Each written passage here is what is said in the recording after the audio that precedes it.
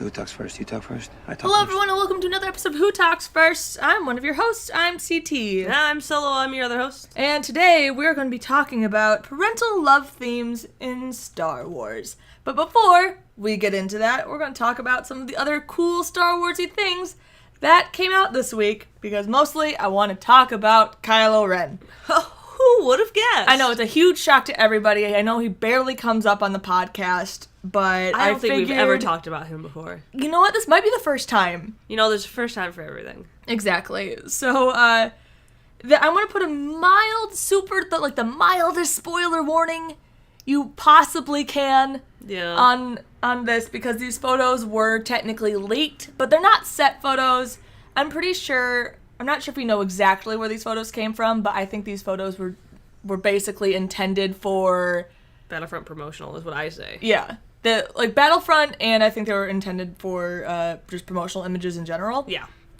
Box art, stuff like that. Yeah, I don't think there's anything really to say from them besides that they're interesting. The most interesting one, though, before we talk about Kylo, was Snoke. Yeah. Was that we have a full render of Snoke. Yeah.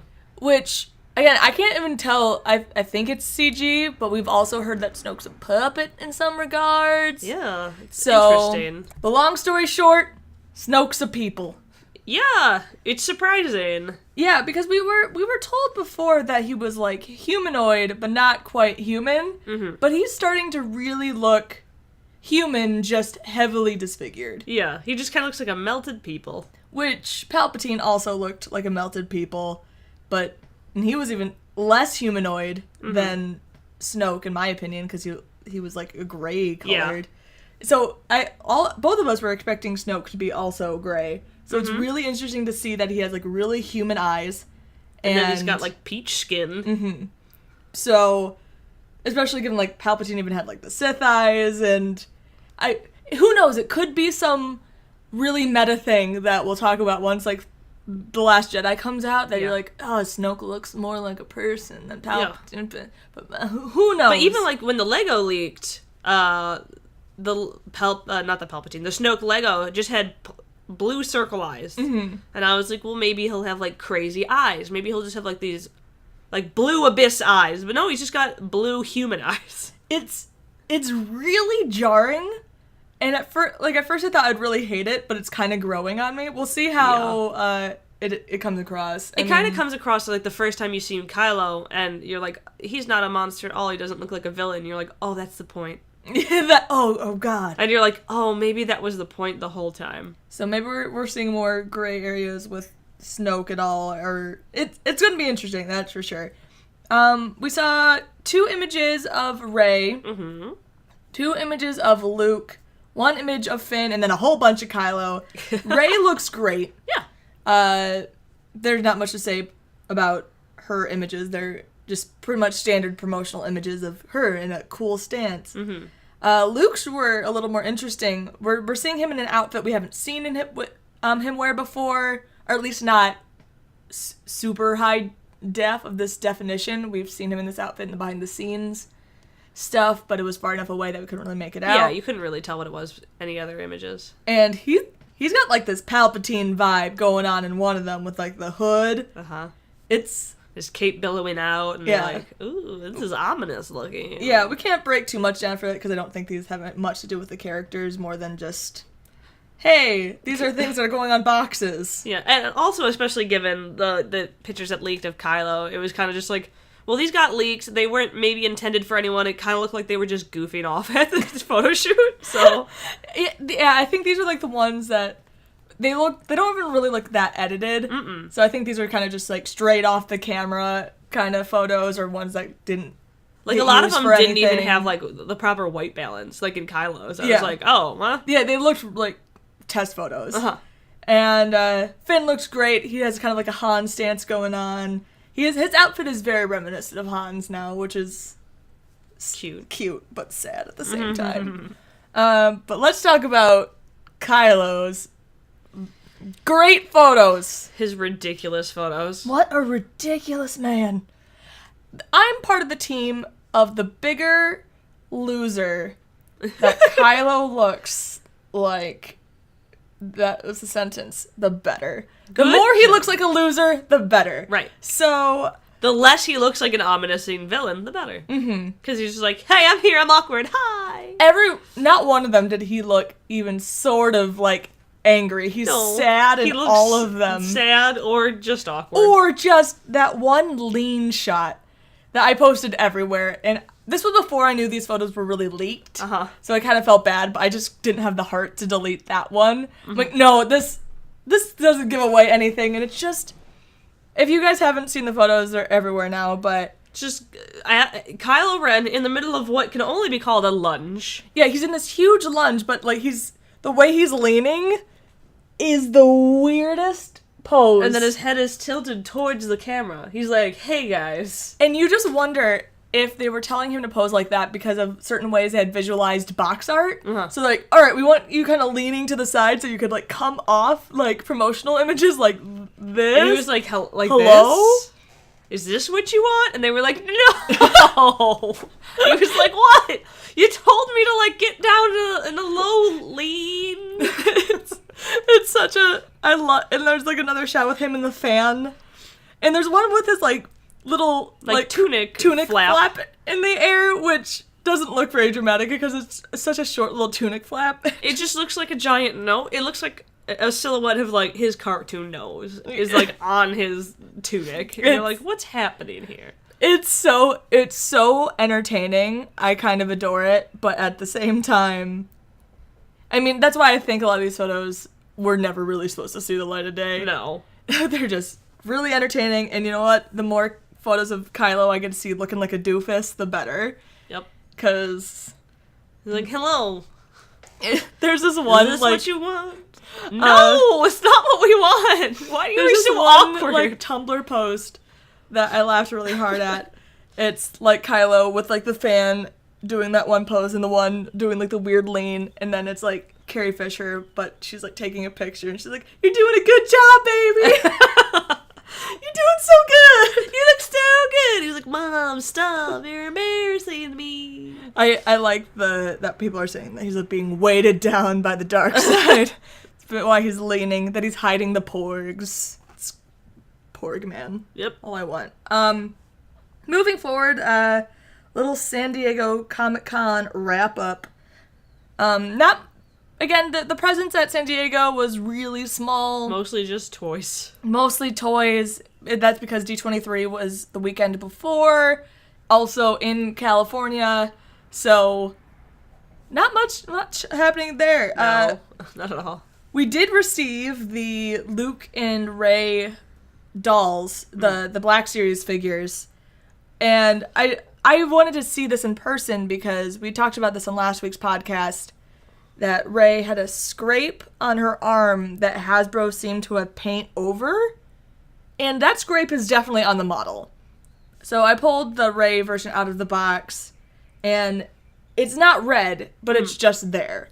So it's definitely built into the mold. So it is like they painted over it. Yeah, it's really interesting. So, I mean, I think we can assume Rey gets some sort of cut on her arm that... wow. Spoilers. So She's it is really interesting that in the battle. one version it was red, and then they're like, oh no. So I think probably they have a version that's going to come out to the public later. Yeah, I think that's where what her her solo injuries will be. will be a little more prominent. But they use the same sculpt, so... which was pretty shitty of them to do. Yeah. Because if you're going to make this an exclusive. Yeah. But this one's not injured version, and Yeah. I'm sure Luke will get, like, his other more dark outfit in his singular. But, yeah, I think we talked about this last week, but I'm going to talk about it again because Forces of Destiny dolls are finally making their appearance in stores. Padme was announced. Yay! And she looks great. Everyone's been wanting Padme for a long time. Yep.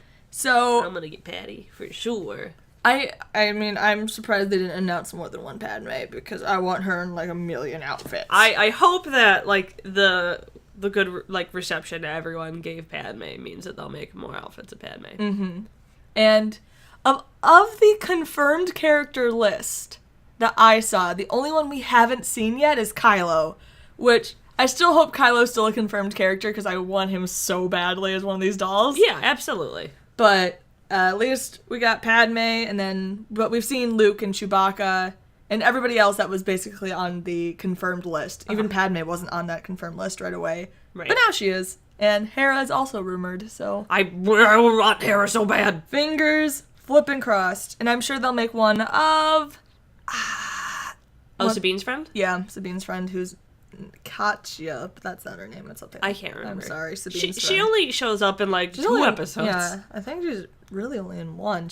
I'll give her 2 just in case I'm forgetting one, but it was a long time. I hope she comes back again.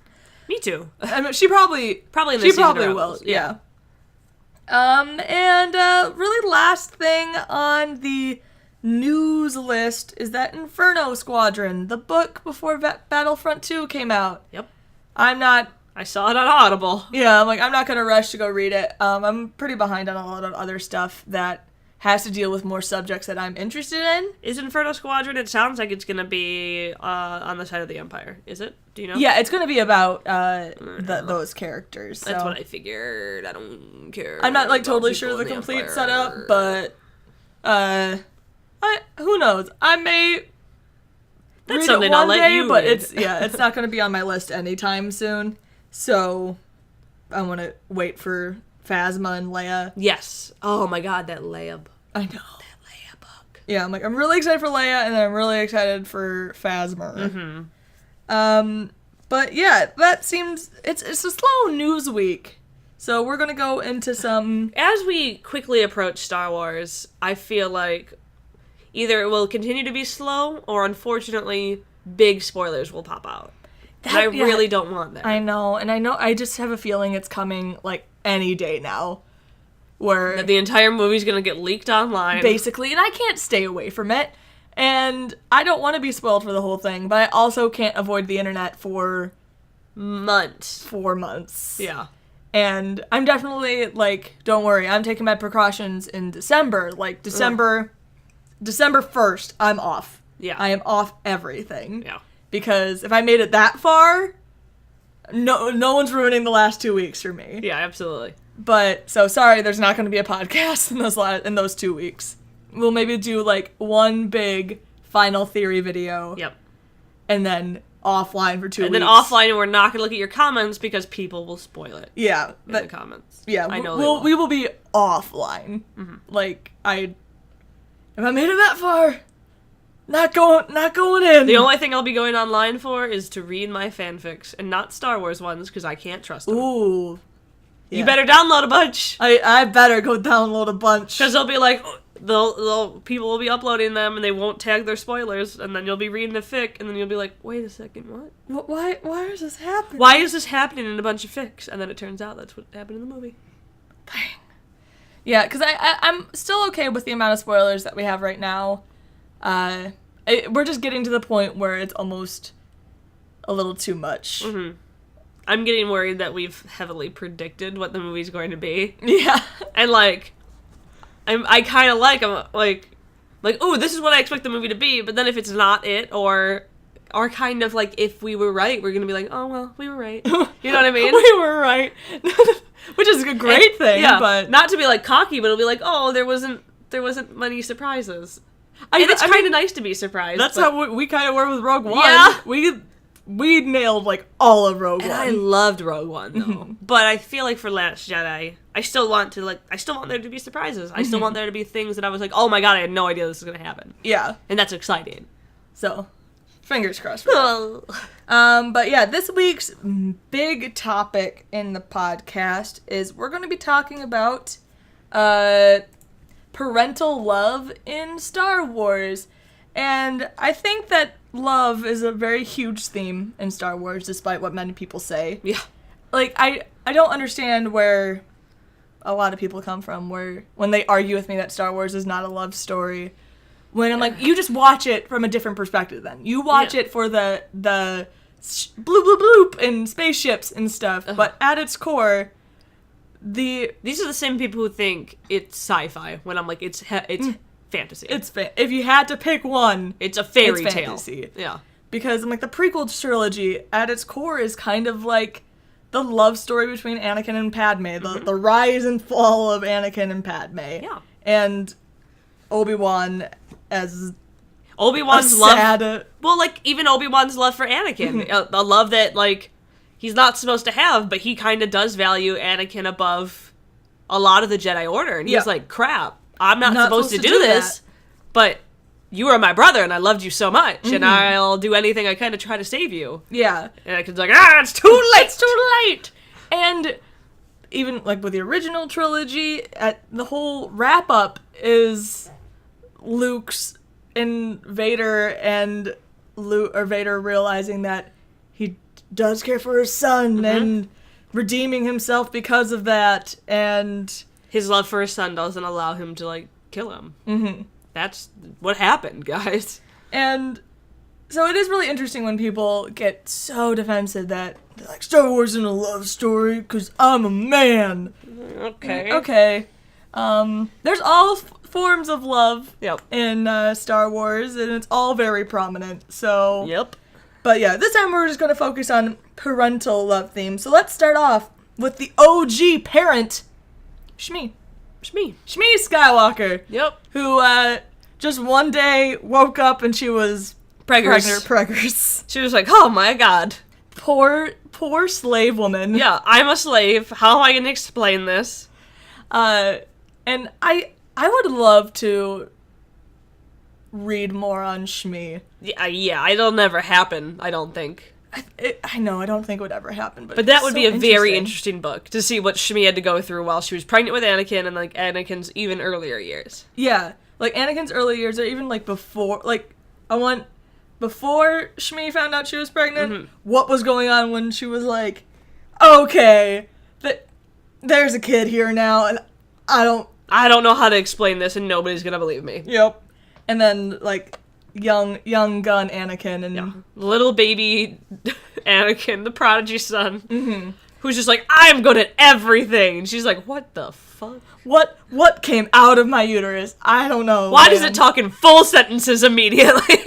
It's something really sad in Star Wars. Just I'll talk about this. I have two things that make me cry in movies, and one of them for sure is parents or kids having to leave their parents, right, or lose their parents in some way. So I only cried twice in all of the first 7 movies. I didn't cry when Han died because I knew it was going to happen, but I cry when Anakin has to leave his mom and he turns around and goes and, like, runs back to her, and I'm going to cry just talking about it because that just gets me.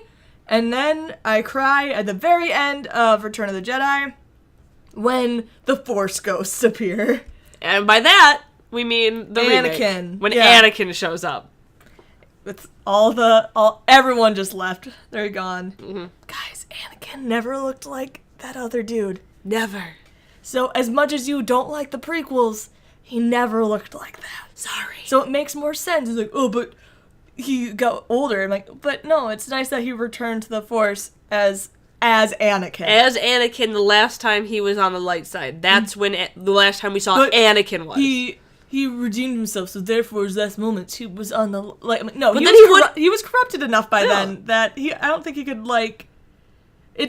I think it's a nicer message, or like a clearer message, that he gets to return as Anakin Skywalker. As Anakin Skywalker. Yeah, as this young, the last time where he was good.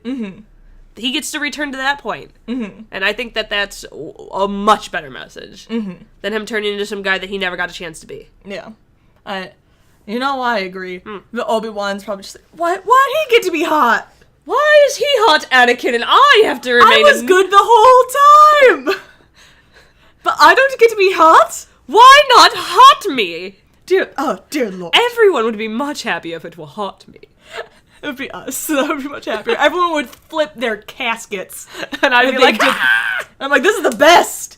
A+. A++. Because the ending to the Lego game, Qui-Gon also shows up. He, like, comes up and he has the Darth Vader mask and he's like, woo, and then takes it off. He's like, just kidding, I'm Qui-Gon. I'm like, oh no, and I want Qui-Gon there too. But Qui-Gon can't. he could be a little light. Add just a little Qui-Gon light. Just like a little, like, Navi, like, type fairy. Yeah. Like, that's Qui-Gon. He couldn't manifest. He couldn't but do he's the whole there. thing, but he was the one that, like, kind of taught us how to do it. Yeah, I mean, he was. He let us know it was sort of possible, but he got murdered before he finished his stuff. Oopsies. So, back to good old Shmi. She, unfortunately, is the first Skywalker parent to die. Yeah. And, I mean, obviously, if you marry into the Skywalker family, or if you are a Skywalker, just don't expect to become a parent and live. And I think that's why Luke, in the long run, chose not to have children. Yeah, it had nothing to do with the teachings of the Jedi. He was just like, I don't want to be killed. I'm like, all right, guys, I have a feeling that this is not going to end well for us. But it's really interesting, like, with Shmi. Shmi's death is really, like, the first thing that starts to change Anakin. Oh, yeah. And that's when he goes and kills all the sand people, every man, Woman and child. I ate them. You ate them? Uh-huh. No, I ate them. You ate them. I turned them into a stew. Oh, Anakin. The Padme is just like, oh God. Padme's But then like, afterwards, she's like, I love you. I just told you I killed an entire village of people. But you did it for your mom. It's cool. Now I know that you're willing to kill anyone for the people you love. Huh? Thumbs up. Padme, Or just kill the people you love. when Anakin kills all the younglings, Padme's like, oh my God, why did I see this coming? Oh my goodness. All the signs were there, and I was just blind. This basically exact same situation happened before, and I was like, let's make out. Cool. Gosh. Such... Cool, he's in so much pain. Awesome. But I think it's, like, really important when talking about, like, we'll skip down a little bit and talk about characters like Han and, we'll talk about, like, the biological parents first. Got it. Because we have, I mean, obviously, Padme and Vader, or Anakin. Yeah. And let's talk a little bit about how, I mean, I'm a firm believer that Padme did not die of a broken heart alone. Yeah. And it personally does not make sense to me. George Lucas could tell me to my face that is exactly what he intended, and I will go, no, that's not true. You did not intend this, because it's not even shot that way. Padme dies with hope that or with, like, not even hope. She's sure there's still good in Anakin. She's still sure that there's good in Anakin, and she gets to see her children. Yeah, like, she just had her children. Obviously, she can be very distraught. Yes. And I think that is perfectly okay. When people criticize Padme for crying, whenever people criticize Padme at all in Revenge of the Sith, for a while I was like, oh yeah, I wish she had a bigger part and she had to do more. But now I'm like, wait, she was 9 months pregnant or 8.5 months pregnant that entire movie? Yeah. No one better expected me to do anything when I'm 8.5 months pregnant. With twins. With twins. And if my husband goes crazy, I'm gonna go to his best friend and be like, you handle this. I'm gonna eat ice cream. I'm huge. And my hormones are crazy, and I'm about to pop out 2 living, breathing children. Obi-Wan, go handle this. Handle it, bring him back so I can wring his neck when he's back. So Padme is a lot stronger than I am. I couldn't have done what Padme and did. so I definitely subscribe to the theory that Padme, basically Palpatine takes Padme's life to give to Vader. Mm-hmm. And the way that's even shot, one, Palpatine knows Palpatine knows that Padme has died. Mm-hmm.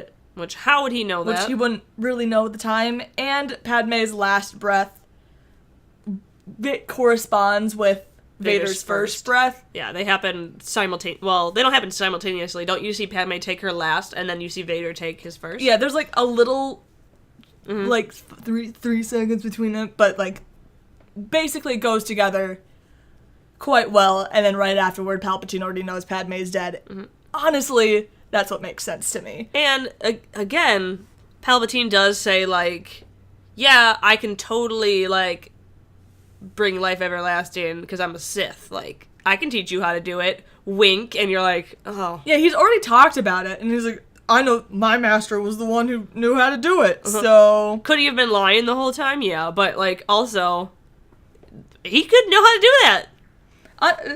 It makes sense to me. And it's the only thing that makes sense because, as we're talking about parental love here, yes, like, postpartum depression is a thing, but the chances of a person, like, a woman, seeing their 2 children and then being like, I got nothing left to give for, I'm just gonna give up. Are you kidding me? Are you kidding me? And it being so sudden, and... She's like, okay, their names are Luke and Leia, bye! Peace! And, again... It just doesn't make sense to me with her final decree being like there's still light in Anakin. Mm-hmm. She obviously still has hope. Mm-hmm. And if she was really hopeless and had nothing, and felt like she had nothing to live for... Why would she have said that? Yeah. Why would she have said that? Why would she even have bothered to name her kids? Mm-hmm. If she was like, I got nothing left to live for, she would have been like, I don't care, Obi-Wan, call him whatever the fuck you want, I'm dying. And Obi-Wan's like, okay, Luke. I'll name this one Anakin, and I'll name this one Anakin. My terrible Padawan shit. There you go, they're both named Anakin. This one will be Anna, and this one will be Kin. Perfect, I did it. Obi-Wan's very, very good with names. And so, moving forward to just general, now Anakin's story of parental love, which, this is what I like so much about the sequel trilogy, is I think because, I mean, we have talked about, they don't have everything planned out to a T, but at least I think they know who, like, Rey's parents are. So, I think George Lucas always knew, I am in the minority in this, but I think it's, if you watch the first Star Wars, there's definitely small hintings that Owen and Beru know who Luke's father is and who he's become. I think that was potentially a thing George Lucas had always had planned. Mm-hmm. I mean, obviously, Leia was not planned. Right. And Luke was always supposed to have a sister. It was just supposed to be someone who came in later, correct? Yes, yeah. So, yeah, originally there was just going to be another sister that when Luke was like, or Yoda was like, no, there is another, like, there was supposed to be, like, this other Skywalker that came out of nowhere. So I like that they made it Leia, personally. Me too. Absolutely. I mean, I love the Space Twins. The Space Twins are best twins. So, the original trilogy, with Vader's compassion that he feels at the end, we don't really get so much of a sense of that. And I know a lot of people will disagree. And, I mean, obviously the message is still clear, that he sacrifices himself for his son, and after poor Vader Anakin has lived an entire life as a slave, and then finally realized... I was still just a pawn in the end. Oh, great. And he gets the choice to free... Because it's like, at this point, where either Vader's going to die, or Luke's going to die. Mm-hmm. Palpatine kind of wants Vader to die because he's like, Luke's the new one. Yeah, Luke's way stronger than you. So I can train it up. And Vader's like, well, we can maybe train together on the dark side. Me and Luke, we can overtake Palpatine. But at the end, he sees, like, Luke's goodness when he throws away the saber. Mm-hmm. And so it is a nice, like, final moment of, like, what's the word that I'm thinking of? I don't know. Redemption, realization. No.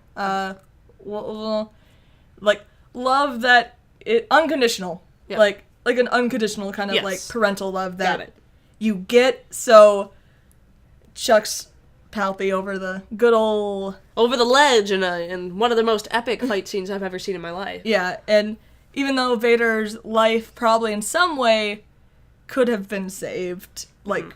He's like, it's okay. I'm finally free for the first time in my life. And he's like, I've realized that this all sucks, and I found you. My son lived, Padme, great. Except for freaking Vader, and tell your sister you were right. Not tell your sister I was sorry for almost killing her. Nope. Dear for Lord. torturing her? Nah. Not sorry for it. I don't blame Vader for not wanting to live. I couldn't live with myself after the shit that he's done. Mm-hmm. And that's why it's really almost interesting how quickly, and I wonder if this maybe is going to be a thing that comes into play, because they've sort of talked about it in the books and with, like, Luke's change, how quickly Luke accepts Vader as his father. Oh my god, yeah. And, like, kind of clings to the idea. It's really fascinating, especially when Luke had parents for all intents and purposes. People who loved him and raised him his entire life. Yeah. Like, Owen and Beru raised him his entire life. Mm-hmm. So, it's really intriguing. And, I mean, at this point, I guess they've been dead for, like, 4 years. But Luke's an adult. Yeah. And how quickly he clings to this idea that Vader is his father. I'd be interested if they talk about this a little bit more in the movies. Because in Bloodline in particular, which is basically a whole book about Leia having to deal with her biological parents. Right. She obviously has a very hard time accepting it. Yeah. She's like, no, my dad was Bail Organa. Sure, that man maybe was my sperm. Yeah. But he was not my father. And I owe him nothing. Yeah. And I don't want my name to be connected to him, and how dare you?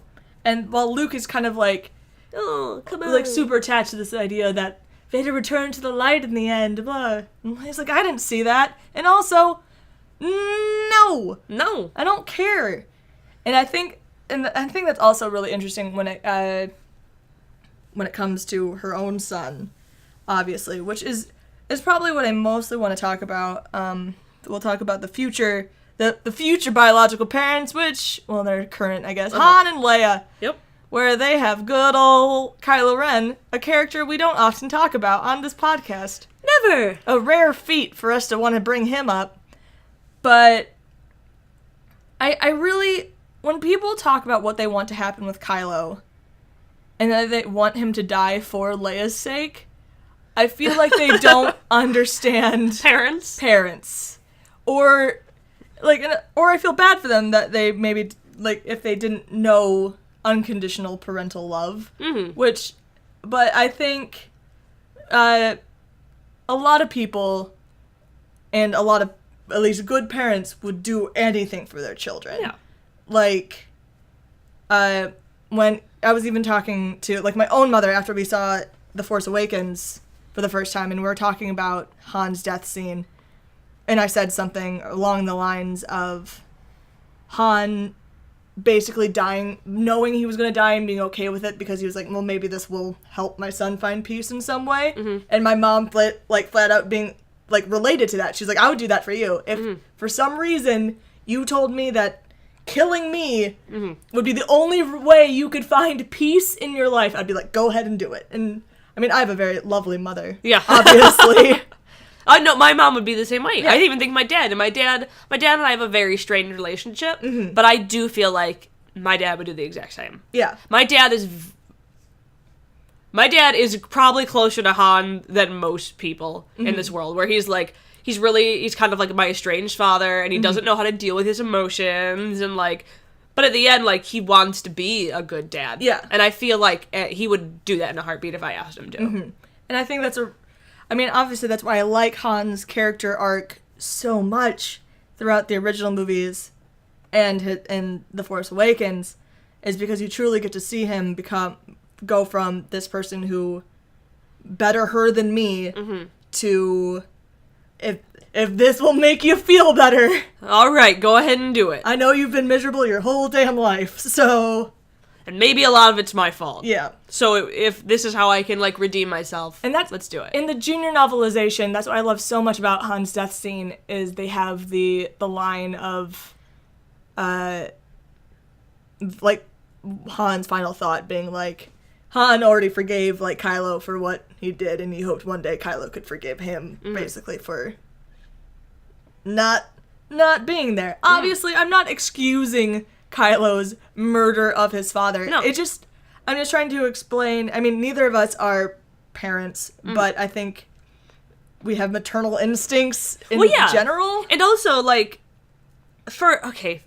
let's put this in a way that I think other people will maybe understand more, because a lot of times when you're talking about people with people, they're not able to be empathetic. Mm-hmm. But think of it as like a pet, because people are able to have unconditional love for pets all the time. Yeah. If your dog goes and bites somebody and the state is like, you have to put them down, you're going to try to do anything that you can for this animal. Mm-hmm. And people are going to be like, it's different because animals don't know.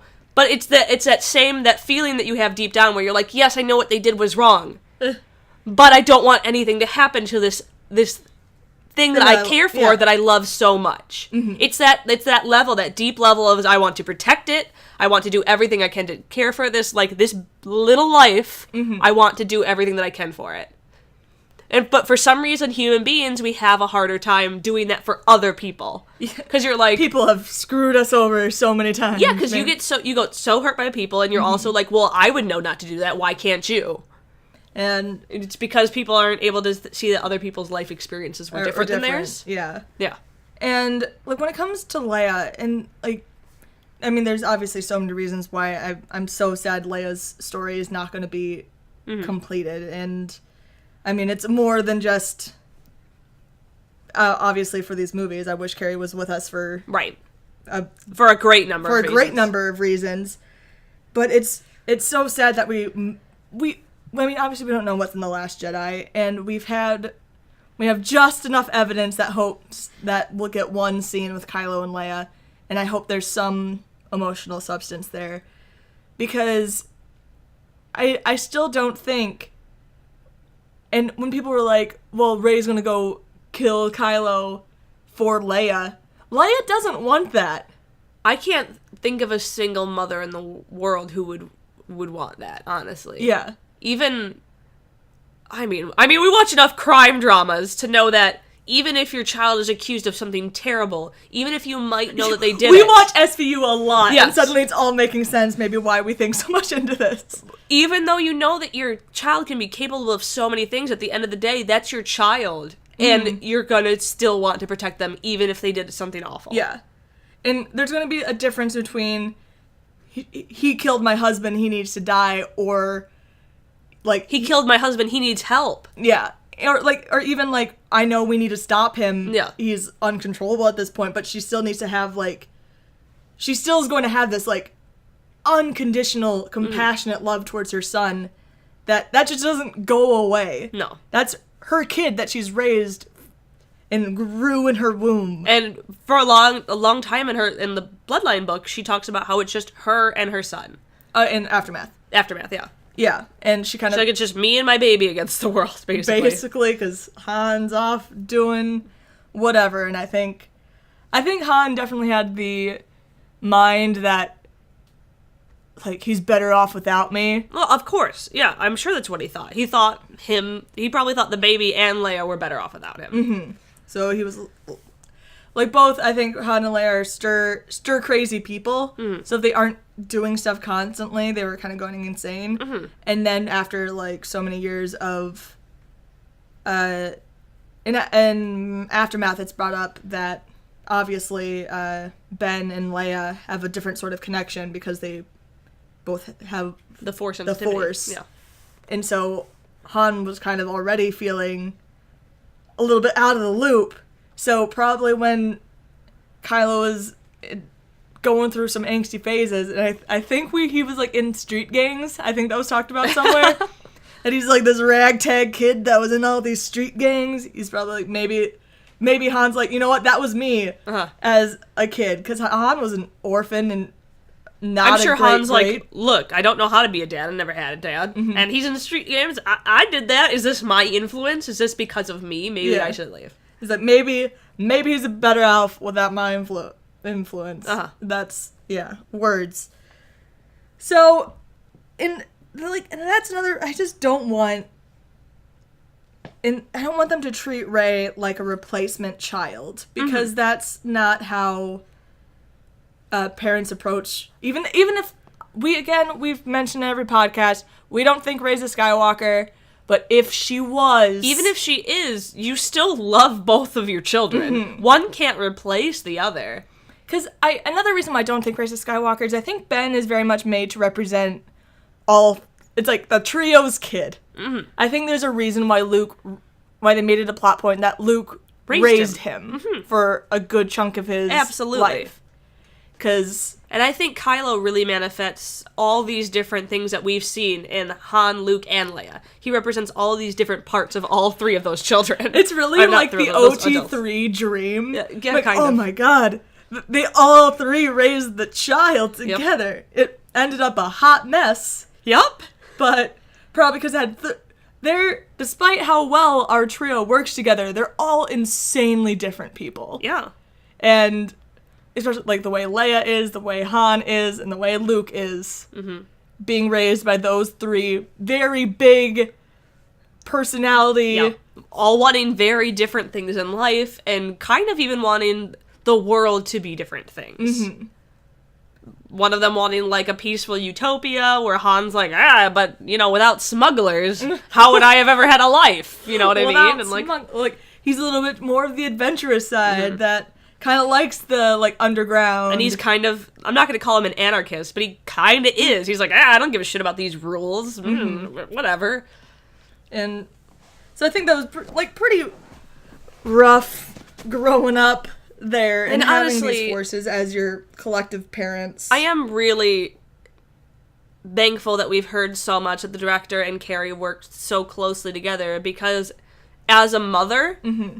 I hope, especially Carrie grew up with a very strained relationship with her mother. Mm-hmm. I feel like she would stop anything too crazy from happening with Leia. I feel like if at any point in time they were like, okay, and Leia wants her son to die, she'd be like, excuse me? That's... Because we sort of mild spoilers, but not really, because Oscar Isaac has talked about it publicly, the scene where Leia slaps Poe, mm-hmm. and I so hope it has something to do with Kylo, mm-hmm. of him saying something along the lines of having to kill him, or he's, like, the top target. And Leia's or like he's a blood-curdling monster or something. Yeah. Like saying something, and Leia just goes, BAM! Shut up. Uh-huh. She's like, you know what? He's really messed up. I know, but that's my kid. You shut up. Uh-huh. Like, obviously something needs to be done. Yes. He's not well. But no parent is going to be like, woohoo, kill my kid. Woohoo, yeah, exactly. Woohoo, kill my kid. If she does have to come to the realization that her son probably needs to die for some reason, it's going to be a heartbreaking. She's not going to be cheering it. No, this is going to be the worst thing she's ever had to, like, decide. Especially after she's already lost her husband. Yep. And who knows what's happening with Luke. Yeah. She lost everyone. She's lost her whole planet. Don't take away her son. Let her be right about something. Yeah. Because she still thinks that there's good left. There's still good left in him, and that's why she's finally able to sort of see what Luke saw in Vader. Mm-hmm. And I think that's a big part for her character. And even at the end of Bloodline, she has this, like, really angry dark side moment, and she kind of has to step back and go, oh, mm-hmm. I see how someone could turn to the dark side for somebody that they love. Yep. Because I'd burn down this whole galaxy if I thought it was the right thing to do. Actual canon line from Princess Leia Organa. Mm-hmm. And she's pregnant with Ben when she says that. If that's not just fuel in his veins. Yep. Dear Lord. But let's talk a little bit about Luke. I mean, he to us is not a parent, nor will he ever be a biological one to me. Mm-hmm. But he was essentially one of Ben's guardians. And I think he will serve as a father to Rey, basically an adoptive father, because we know that they do not get along at first. Mm-hmm. And my current theory at this point to their, like, turning point is the one Rey goes. So they like won't be getting along. Obviously, there's going to be some butting heads, but the turning point for them is going to be when when Rey goes into the water. I think Luke's going to be the one that eventually like saves her. That's what I think. I mean, a lot of us were hoping it would be when like Kylo was there, and Kylo would kind of like go show his better colors then. But I think if Luke and Rey really don't get along to the degree that we've been led to believe, I think that would be a good moment for them. And they have been talking about like them growing and developing. And I think for Rey in particular, we're going to see her go through learning to love people in a multitude of ways. Yeah. So like Force Awakens was, well, one, she clinged to Han really quickly. Yeah, she did. After like 2 days, she was like, "You're the father I've never had." And Ben's like, "Really? Dear Lord." You've known him for like 2 seconds, and he would be way disappointed if you got to know him So more. that's why I'm really interested with her, to what her relationship with Luke will be, because I think she's going to kind of expect to connect with him too, because so far she's, besides with the people she doesn't want to connect with, right, with all the people that, and the Resistance and stuff, she was able to, with them really quickly. She was like, crap, and probably this feels like a came home. too attached to them. Yeah. And so going to Luke and him wanting nothing to do with her. Yeah, he's like, "Nah, I'm not going to train you." And she's like, "What? Why not?" He's like, "I'm not doing it. Nope. I don't care. Don't bat your eyelashes at me. Don't give me them hair bobbles. I don't care. The porgs don't like you. I don't like you." They just like stop on her feet until she leaves. Like, go away. I can't wait for the porgs. They're just like headbutting her ankles. And she's like, "Guys, you're very soft. This doesn't hurt." And they're like, "Ah!" I hope they make old man noises. That's, you heard it here first. Porgs noises confirmed. Yeah. Just an old man to get off my lawn Right. noise. Luke does have like that walking stick, so just will slap her until she leaves. Like, I mean, he might. That's very Yoda. Yeah, but I think because of the hesitancy with their relationship, inevitably it might be stronger in the long run. Potentially. And hopefully that Luke will turn around. I mean, I think Luke is going to be pretty messed up in the beginning. Oh, absolutely. Yeah. That guy's got to be overrun with some sort of guilt. Yeah. Especially once he hears about Han, I'm sure. Even just, because given what we saw in the original trilogy, when he's like, my friends are in trouble, I gotta go, and he's like, and Yoda's like, "No, you can't. You're not done with your training." And he's like, "But I gotta be there." Mm-hmm. And so it might actually, so I'm going to put another mild spoil warning here. It might be a really interesting completion of the Yoda story, because we do see art, we've seen concept art where the X-Wing is underwater on Ahch-To. Like, in that Luke still doesn't believe in himself and he can't get it up. Yeah. So, Ghost Yoda comes down and is like, "Do I have to do everything for you? God." But it actually could be like a really cool cinematic full circle moment, being able to see Luke do it. Yeah, get his X-Wing out of the water. After not being able to. I hope that he can't, and that R2 is like, "Oh my god," and starts sassing him, and Luke's like, "Shut up, R2!" And he's like, "Don't make me stay on this island again for months!" It was awful! Lord! We don't know if R2 was... He was at the temple, so we don't know if... I don't think R2 ever made it to... Maybe that's why it crashed. R2 didn't guide it properly. What? Chewie and R2 landed on Ahch-To. Oh, there. Oh, I thought you were talking about before. No. I mean, like, he landed on Ahch-To, and then he's like... Because R2 was also there when he was training with Yoda. On Dagobah. Oh, yeah. I was thinking, like, when the temple burned down. No. When R2 initially went to sleep. No, I'm talking about, like, he's gonna be like, I remember when you were a kid and this happened and I had to sit in this swamp with a crazy old man. Don't make me do it again. And then these stupid porgs. I almost got eaten by this thing. It was crazy. You still can't lift a ship? Are you kidding me? Dear Lord. I think that'd be a good opportunity for Yoda to do it. It's like, "Come on, Yoda, help me out." It's like, "No way." Or, "Rain, no." Help you, I will not. Yourself you must do. Yourself you must do. Hey, man. I guess that's Yoda speak. Yep. But you were talking about how he couldn't get it up, but you're gonna make fun of me? Did you not realize? No! Irene was like, ooh. I didn't realize. Can't get it up. Sorry. Oh, God. Rated... Rated T for teen. Yeah. Yeah, this is just tea. You teenagers know. Yeah, these are just you innuendos. teenagers know. It's fine.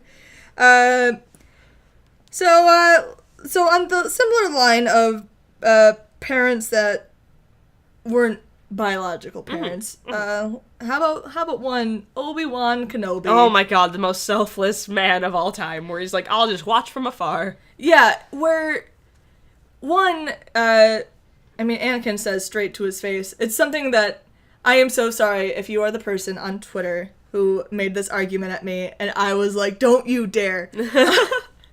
I mean, no, rude feelings. That's words. Sure. You harbor no ill will. That's what I wanted to say. Somebody was saying, I was making this post about how people kind of forget about all of Anakin's crimes when talking about Kylo. Yeah. And they kind of forget that Vader was redeemed after everything Anakin and Vader did. And so one person commented back to me, they're like, well, Vader couldn't kill his son, and Kylo had no problem killing his father. Dad. And then I literally just responded with the quote of, Obi-Wan, you're the closest thing I've ever had to a father. Yeah. Like... Don't say that, Master. You're the closest thing I've ever had to a father. Yeah. So... And then he just killed him! Bam. Just killed him. I'm like, that's supposed to be a direct parallel. He tried to parallel. kill him twice. I'm like, that's a direct parallel. And if anything, I think Anakin and Obi-Wan were closer than probably... Absolutely they were. Han and Kylo. I mean, we don't have all the details, but... But I can gather that their relationship was pretty strained, and Anakin and Obi-Wan, if you watch Clone Wars, like, they are fucking best friends. And, I mean, and they've been and Obi-Wan's love for Anakin... rooming together, living together since he was, 8 years old. They're with each other constantly. If their relationship was strained, Obi-Wan wouldn't have cared for Anakin so much. Mm-hmm. If you can't see it through Anakin's eyes... Because, maybe the original trilogy, not the original trilogy, the movies don't do that well of painting a picture. Mm-hmm. Clone Wars does, but Obi-Wan in Revenge of the Sith should tell you that these characters deeply care for each other. And then afterwards, goes and basically is like, I will protect your kid with everything that I've got, because I feel like he's the real chosen one now, and then ends up dying for Luke. Yes. So... I really think Obi-Wan... And that's what I wish Obi-Wan could be a bigger presence in the sequel films. Yeah, me too. Obviously, we would love the Rey Kenobi theory, but... Not holding my breath. Not holding our breath, but he's just such a good man. And then we have Bail and Beru and Owen and Breha. Owen's the only one that didn't start with a B. Gosh, Uncle Owen. O.B. Oh. You heard it here first, kids. That's what it stands for. And I love Bail Organa to an unnaturally fine amount. You do. You love him very much. He's such a good... He's also just a very good man. Mm-hmm. And in general, just talking about Luke and Leia were in hiding. They were secrets. Mm-hmm. And they were both given families. Mm-hmm. And I guess, Luke they were both given loving homes. Yeah, Luke wasn't given, the fanciest home in the world, but he had two parents who had jobs. And he lived on a moisture farm, so it's not like he was, going thirsty or hungry. They mined the probably most precious resource inside a desert. Yeah, so, and then Leia is the freaking princess of one of the biggest planets in their galaxy. It's such an arty planet, too. Their main, concern is, does this color match with that color? It seemed like a very, peaceful world. Mm-hmm. It was a very peaceful world. Until the Empire came around, but... Boom! And so when people keep saying that Luke put Rey in hiding, and they left, and it's like, alright, How dare... What? If they go that route, it won't make a lick of sense where he's like, here, I'll give you to this man who will use you as a child slave. As a child slave, and you'll be starving, and you'll always be hungry, and you won't be loved, and you'll be alone. Great. Awesome. Bye. Go. And then Rey will show up and be like, well, Luke. And he's like, well, I was raised the same way. And it's like, oh, really? You were left alone on a desert planet? He's like, oh, no, well, I had Obi-Wan watching over me the whole time to make sure nothing bad, like, really happened to me. And I also had my uncle and aunt who raised me since I was born. So they were kind of like my parents. And I always had a roof over my head. And I had friends. Yeah, I had a big group of friends that I hung out with. I had hobbies. Mm-hmm. I was well enough that I could have hobbies where I, like, built things. Yeah. And, like, yeah. So, yeah. And it's like, I was basically a slave and starving. All the time. Look how little I am. Look how skinny I am. Really? You thought this was... Like, well, I knew that in 10 years, my nephew was going to be evil. By the way, in those 10 years, I also raised him. So... Cool. We good here? Yeah, is everything cool? Everything cool? You forgive me, right? Alright. I think we're even, right? Yeah. Everything's fine. I'm a good dad. But that's why I'm like... He can still be a father figure to Rey. Yes, absolutely. I still want without that. being her biological father. Yes. Because that does not make sense to me. Biological fathers in Star Wars canon are never what you want them to be. Hold on. Let's see. Any of them? No. Maybe one. Okay, let's stop and think. Chewbacca? Not even a good dad. Well, okay, to be fair, his family was in slavery. Oh, no. So... Well, he did bust them out. He did get them... I think Chewie's probably the best one. Chewie's the best dad, and also... Can he really be that good of a dad because he's constantly flying around with Han Solo? Yeah, and even back in the sequel trilogy, he's back with Han. Yeah. So... But a life debt, you know? Yeah, well... Galen Erso... Okay, Galen was a good dad. Mm-hmm. But also, Jin didn't know that. Yeah, that's true. What? Come on, dads, pull through for us here. So, and, like, we've talked about basically everyone, and then Qui-Gon himself is like, the OG father figure to die, because we don't really know about Obi-Wan's family at all. That'd be interesting to hear about. We did in Legends, but that doesn't exist anymore. Doesn't exist. So yeah, I mean, basically the point of this podcast was just to talk about the parental love themes in Star Wars and how they are a big piece of these trilogies, but they're also very strong themes of biology and not biological parents. Yes. Like, again, we have so many parental figures that aren't biological, so... One, to just, like, assume that Luke needs to be Ren's father, because it's about the Skywalkers, but no. I won't harp on that too much. But also, just to really talk about what parental love is coming from, especially Leia's perspective. Yeah. And why she has so much hope for her son, why she kind of understood Vader at a certain point. And, because, I mean, Vader did... horrible things to her. He did horrible things to her, and he just did horrible things in general. Mm-hmm. These are things that he actively participated in. And that's why, I just love the ending to Bloodline so much, because it's her getting so angry for somebody she loves and not being able to do anything about it. And she has this force power, and she kind of feels this dark side, and she's like, if I could, maybe I would... I can blow everybody up right now. I can see how someone could do that for the person that they love. It's like and she even has the mindset like, oh, maybe he did that for, because obviously she doesn't really know, right? But she's like, well, maybe he died or he became Vader for Padme, mm-hmm.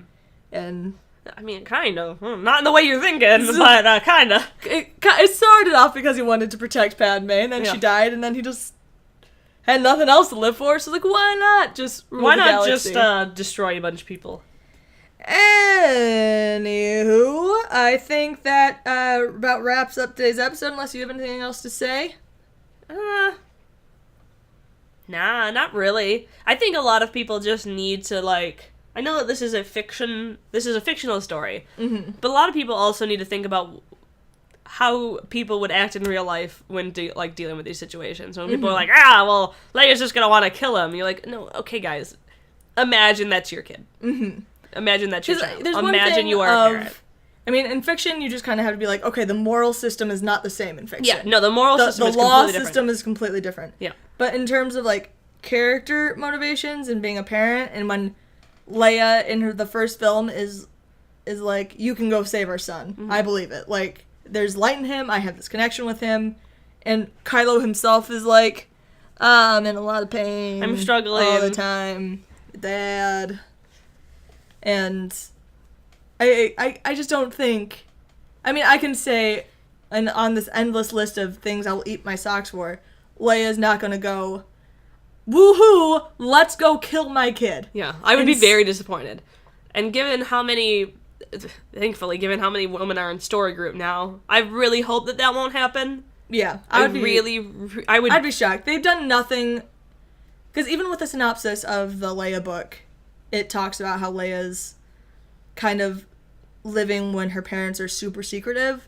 So I think that's going to be another reason why Leia just kind of understands how this happened. And she's going to understand kind of where Kylo's coming from, and she's going to understand his inner turmoil and his pain and all this stuff, and she's going to be like, maybe I should have been there more for my child, and maybe this wouldn't have happened. And she's going to want to try to, if she can't remedy him, but like, go talk to him and let him know that she knows that her and Han probably caused this. We weren't the best. We weren't what you needed. Yeah. We were what we thought, like, the galaxy needed. And but we were selfish at times, and we didn't think about what you really needed, and thought maybe Luke was the best thing for you. Because, on one last thing, Knights of Rant, that's who we are. I'm on a different ship than most people. Not like ship, but when it comes to Kylo, because a lot of people assume Kylo wanted to be, like, trained by Luke and sent away, but I kind of assumed that he wanted nothing to do with it, that he kind of knew, like, his force powers made him weird and different, and so that being sent away to Luke was kind of like being sent away to boarding school. Yeah. So I don't think he wanted to go. I think that was something that his parents made him do, and he wasn't like, huzzah! This is great! Well, considering that we know that Kylo knew that Han thought he was weird for having force powers. And so I can absolutely see where you're coming from with that. Yeah. I mean, we'll have to see what kind of stories we get. And I hope we get some of this backstory. I know Star Wars likes to leave a lot of mystery, but I feel like at least after the movies are done, that maybe they'll delve more into it. They're not going to do it while the movies are still happening, because it could be too spoilery. Yeah. And it could be easily retconned if the director wanted to do something else, or if things didn't go the way that they wanted to in shoots. But I think that afterwards, I would love to get, like, the book of young adolescent Kylo, like, right before he gets sent away, and then everything that happens during that. I want street gang Kylo. Yeah. That's what I want.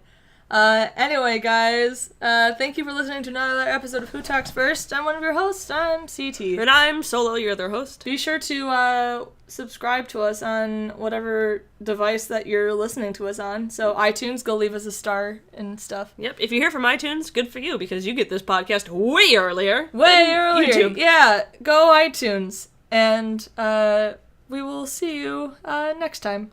Bye. Bye.